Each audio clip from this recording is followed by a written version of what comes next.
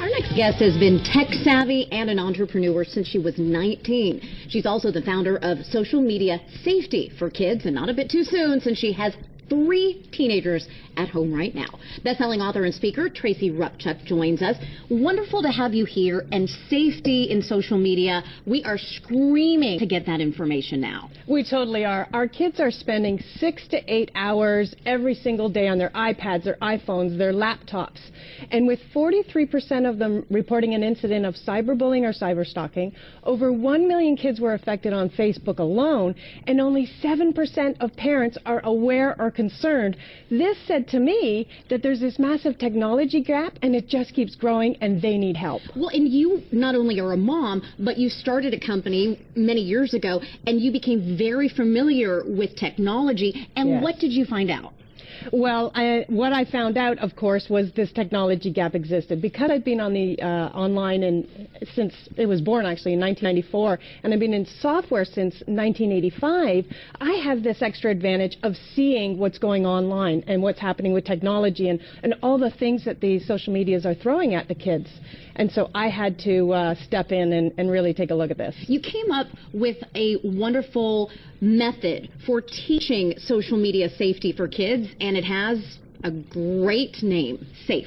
Exactly. So S stands for secure your data.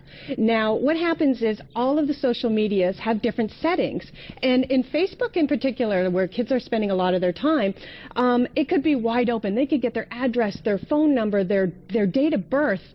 Anything can be open. So you have to make sure, go into the settings and make sure it says friends and not friends of friends, because you don't know what those friends, who they're accepting and what their rules are. So you could be wide open unless you go private or friends. Okay, that is the S. That is great. And do you recommend that parents follow up with seeing those settings?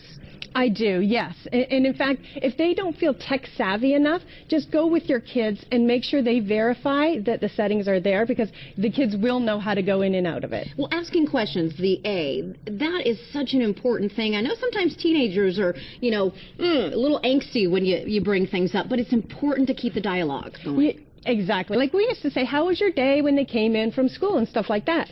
But the majority of their time is now on these, and it's new to parents. So it's time to make sure you are their friend, scan their account every couple of minutes a day. And if you see something that isn't making sense to you, like somebody's saying something and you're like, do you really know this person? Ask the questions. And then if there's anything going on up there, just make sure you start a dialogue. You can't be quiet about social media because it's just so invasive in their life right now. What really pops into my mind are the abbreviations of things like YOLO, you only live once, or things I don't know what half of those stand for. Exactly. And, I'm actually creating a whole book that will include a lot of those acronyms. Teenagers won't like it. Parents will love you. Exactly, because we're going to unlock that code. Good. And it's time that we did, because they're speaking in a language that we don't even know. Got it. So securing data, asking questions. Yes. Now we get to the F. F, fans aren't always friends. So when you have your Facebook people on there, it's important that you understand that it could be a fake identity. This is why it's critical that you don't accept anyone that you don't know. A 44-year-old man could be posing as a 15-year-old girl. You're communicating, you're getting involved, you're revealing when you're going on vacation, where you're going to be, your location is set, and you're popping up at coffee shops. You have no idea what you've opened yourself up to.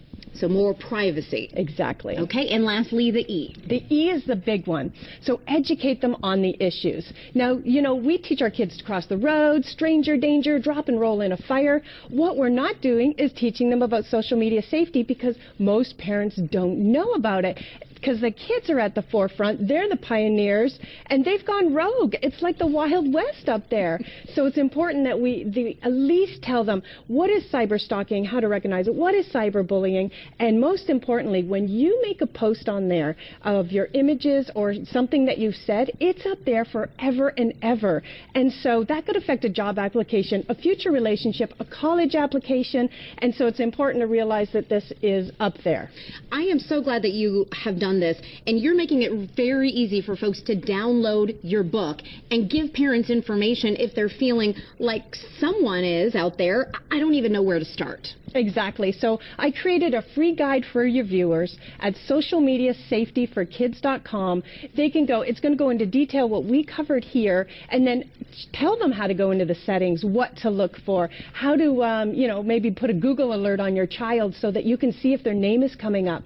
Everything that's going on online you can be aware of. Wonderful. And this is working for you and your 3 teenagers. It has to work for us, exactly, because, 16, 17, and 18, and it's just getting bigger and wider. My goodness.